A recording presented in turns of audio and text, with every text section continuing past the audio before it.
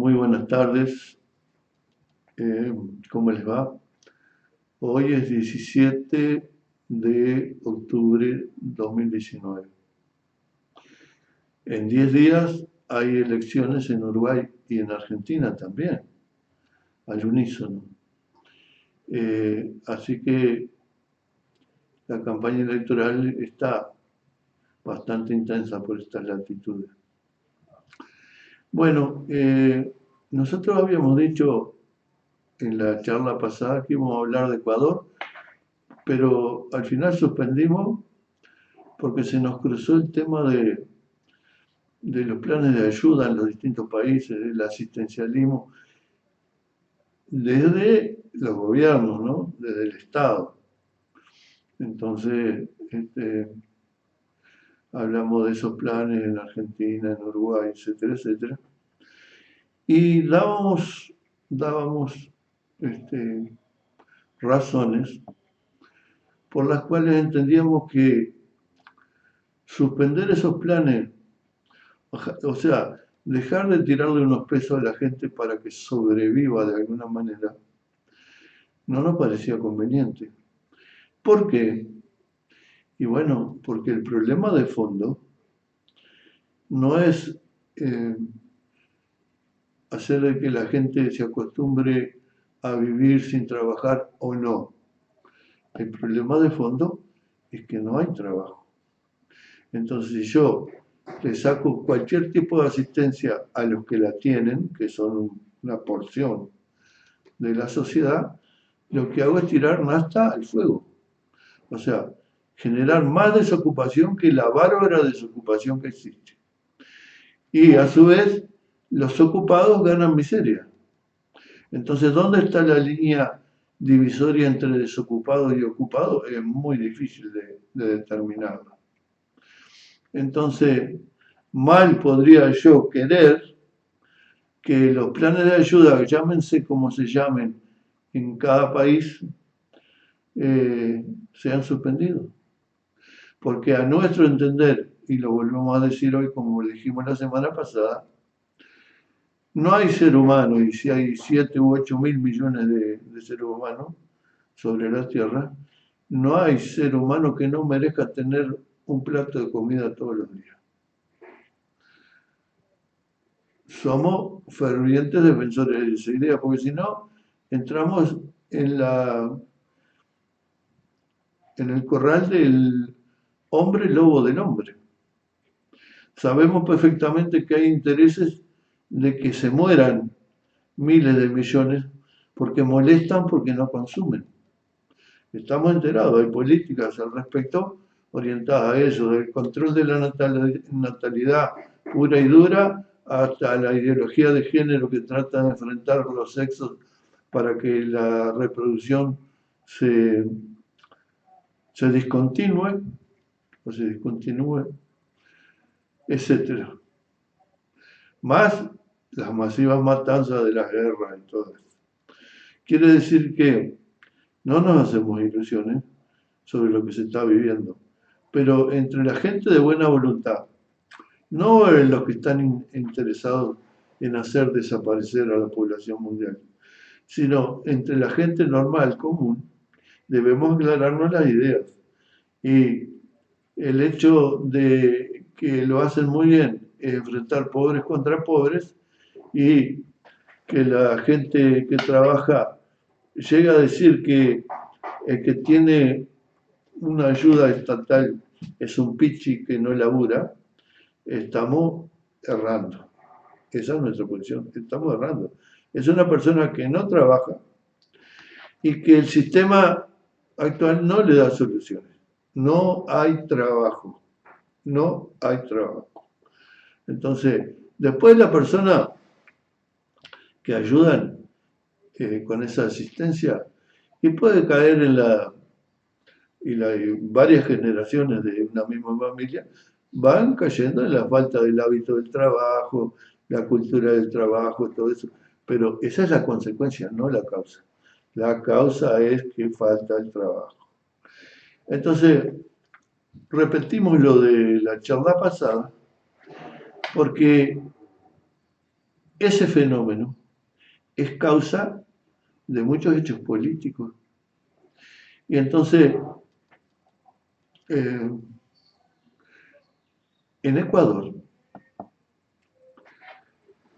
la gente que está apurada, los intereses, mezquinos intereses humanos que están apuradas en enriquecerse, y estoy hablando en este caso del capital financiero internacional, o sea, las bancas y las multinacionales, están apuradas en recaudar porque hay una disputa a nivel mundial entre dos bloques, uno asiático y uno occidental, digamos, eh, por los mercados, o sea, una disputa económica.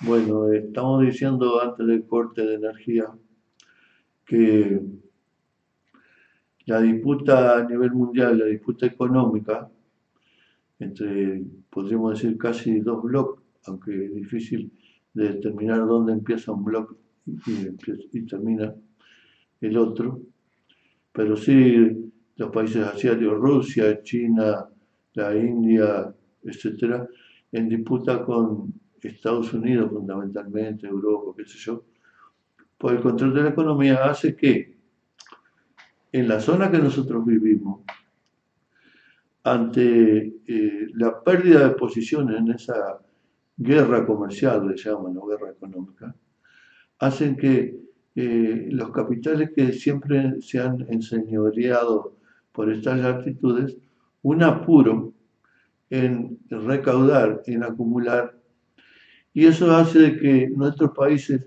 sufran una presión tremenda eh, que la forma vulgar de llamarlo es saqueo. Entonces, si hablamos de Uruguay, por ejemplo, de la noche a la mañana, un día nos enteramos de la bancarización obligatoria.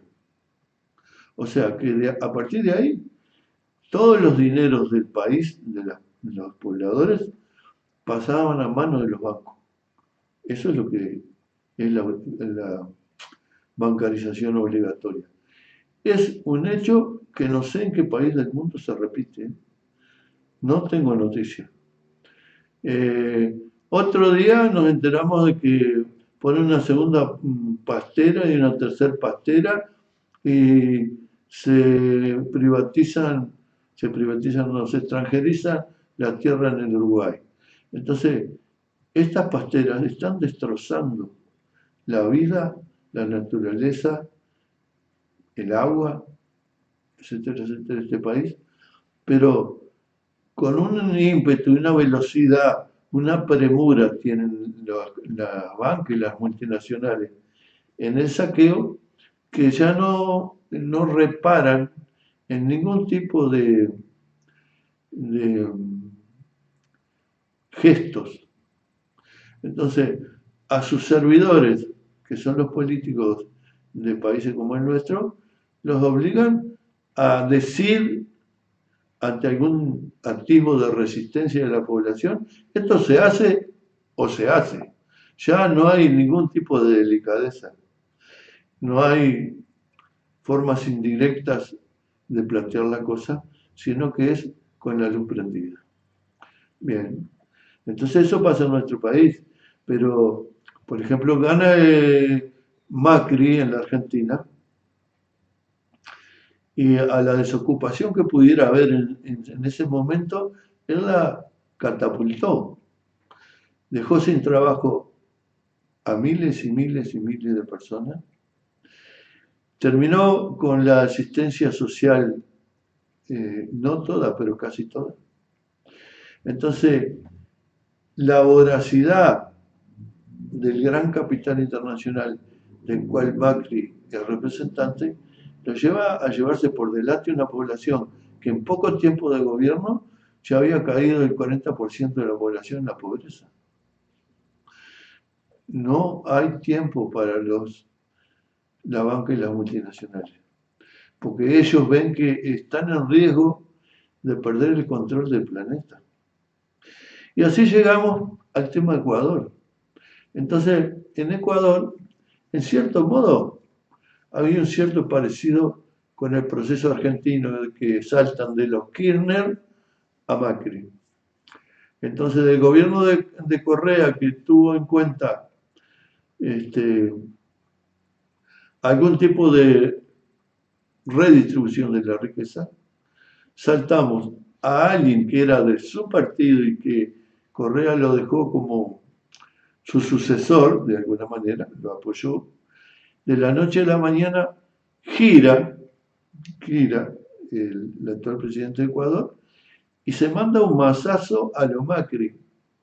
Las tarifas públicas con Macri creo que se multiplicaron por 3000%, una cosa tremenda, ¿no?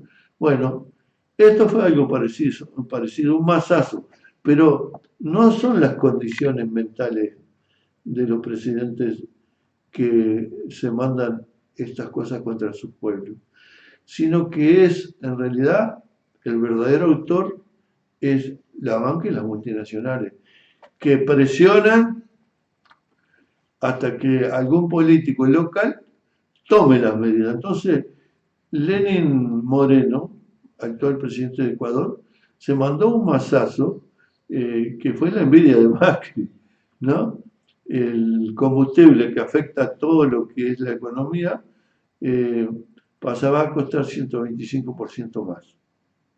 Se le bajaban los salarios a los estatales, se les hacía trabajar un día gratis para el Estado, se les reducían las licencias a la mitad, la licencia anual, ahí la más. Todo del recetario del Fondo Monetario Internacional. Entonces, a diferencia de Uruguay, que nos pasa eso y no hemos reaccionado, de la Argentina, que todavía no reaccionó, ahora hay una oportunidad electoral de sacar a este gobierno antipopular, que aplicó todas las recetas del Fondo Monetario y endeudó a su país, Argentina, de una forma escandalosa. Entonces la deuda pública, la deuda del Estado argentino, cuando toma Macri, era un 25% del Producto Bruto Interno. Y se va Macri con una deuda del 95% del PBI, del Producto Bruto Interno. O sea, ese tajo hizo una política desmadrada, cruel. Y es la que Lenín Moreno quiso implantar, claro, haciendo los mandados, ¿verdad? También. Y resulta que las comunidades indígenas que están organizadas, los nativos de Ecuador, en dos confederaciones en realidad, una más grande que la otra, reaccionaron. El Ecuador tiene sus particularidades. Por ejemplo, el mundo indígena es el que aporta la soberanía alimentaria. Todos los alimentos los producen los indígenas para la población ecuatoriana. Pero a su vez, esas poblaciones indígenas que recuerdan la conquista española de hace 500 y pico de años, y que han vivido distintas incursiones del gran capital a través de distintos presidentes, han luchado contra esas incursiones y una vez más salieron a dar respuesta. Y de tal intensidad la respuesta que por lo que vemos el presidente Lenín Moreno tuvo que retroceder con el decreto que resolvía las cosas que nosotros acabamos de nombrar. O sea, un decreto antipueblo, un decreto que afecta la vida económica y por lo tanto la vida toda de su pueblo. Pero ocurrió que, a pesar de que fueron reprimidos por la policía y aún el ejército, las comunidades indígenas no retrocedieron.